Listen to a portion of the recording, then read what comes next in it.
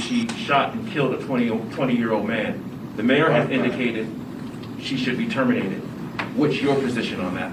My position is that officer afforded due process just like anybody else does. Daunte Wright has become the latest black life lost at the hands of law enforcement in the US. Shot apparently by mistake by a female officer trying to apprehend him as he tried to escape arrest. The officer in question reached for her firearm instead of her taser and shot him several times.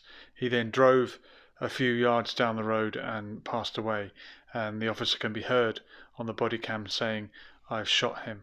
Now the official line is that it was a mistake and she meant to use non-lethal force, but it's been pointed out that this is not the first time the police have made such a mistake.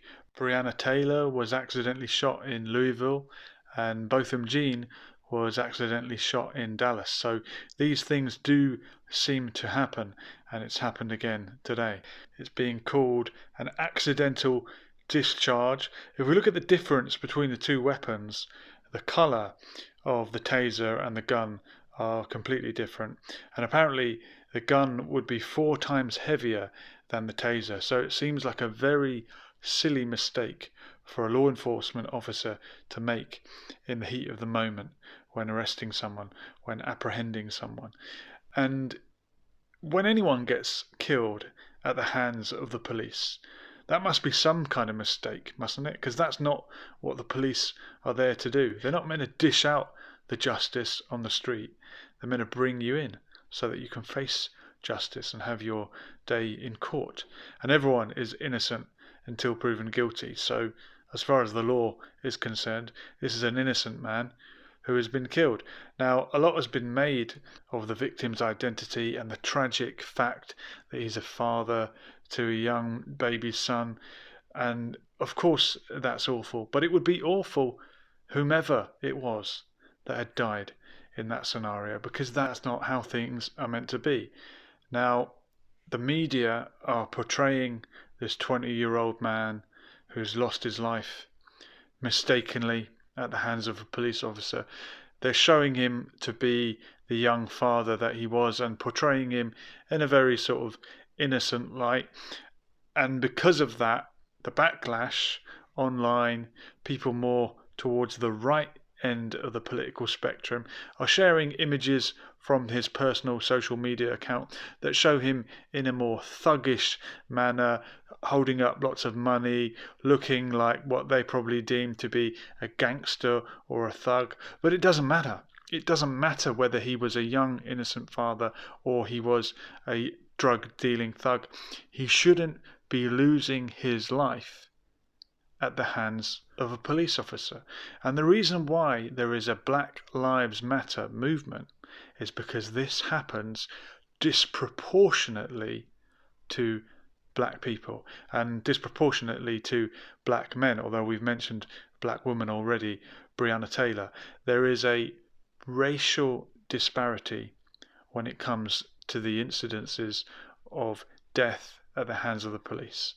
Black people are killed by officers at a disproportionately high level. Now, white people do die at the hands of the police as well. It does happen. It actually happens more often than black people dying at the hands of the police. The American Journal for Preventative Medicine carried out a study which found that 52% of the victims who die at the hands of the police are actually white. So more than half of the people killed by the police are white. But of course, in America, white people make up a larger percentage of the population. So you would expect it to be the case that they would be the majority of victims. However, black people are more likely to be the victim of such a killing. And that's where the disparity comes, and that's where the grievance comes from. And also, black people are more likely to be unarmed and die in such a situation.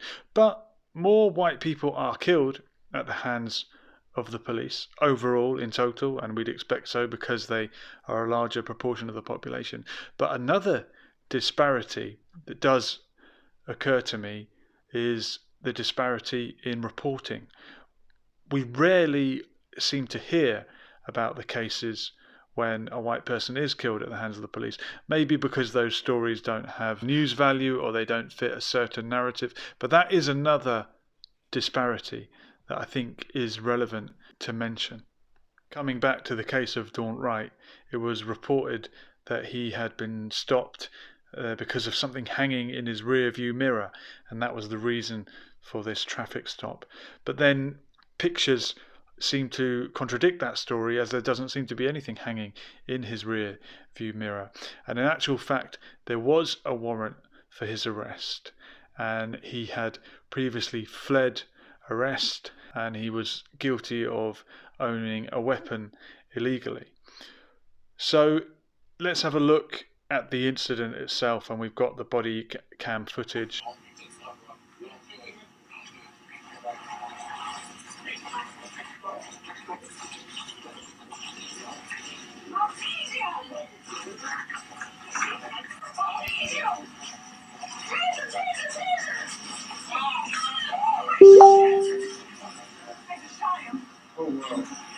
You can hear the officer saying taser, taser, taser, but then later says I've shot him, and the story is that this was a mistake.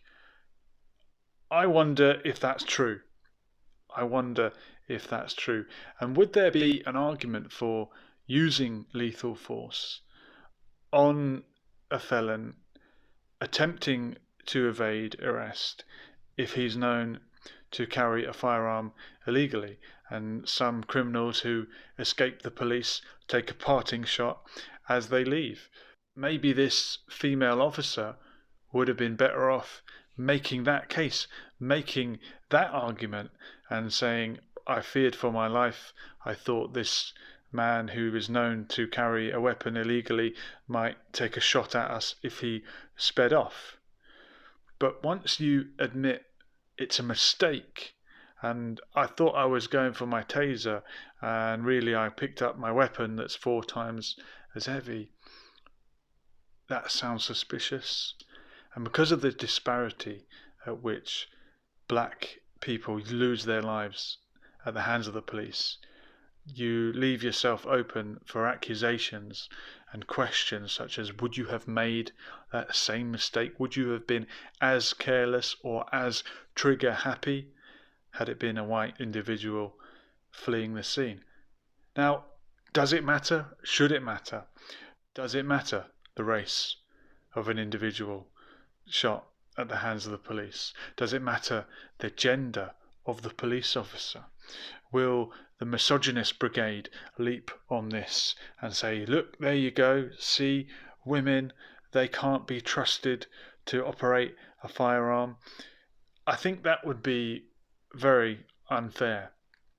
But wouldn't it be equally unfair to say, there you go, see, police officers, they're all the same?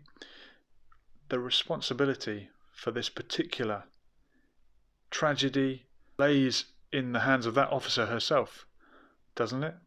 She's responsible. She pulled the trigger. But when an isolated incident appears to be part of a pattern, and we look for patterns as human beings, we're programmed to look for them. When it appears to be part of a trend, then we need to think about how we can stop that trend. How can we reverse that and stop black people being killed disproportionately at the hands of the police? And let me know what you think. And try to be impartial. Try and take emotions out of it. Try not to bring up whether this young man was an innocent doting father or a drug-dealing gangbanger, because it shouldn't matter. When we're talking about the rights and wrongs of these situations, we need to take emotion out of it and just look at the facts. Let me know what you think. Thanks for watching.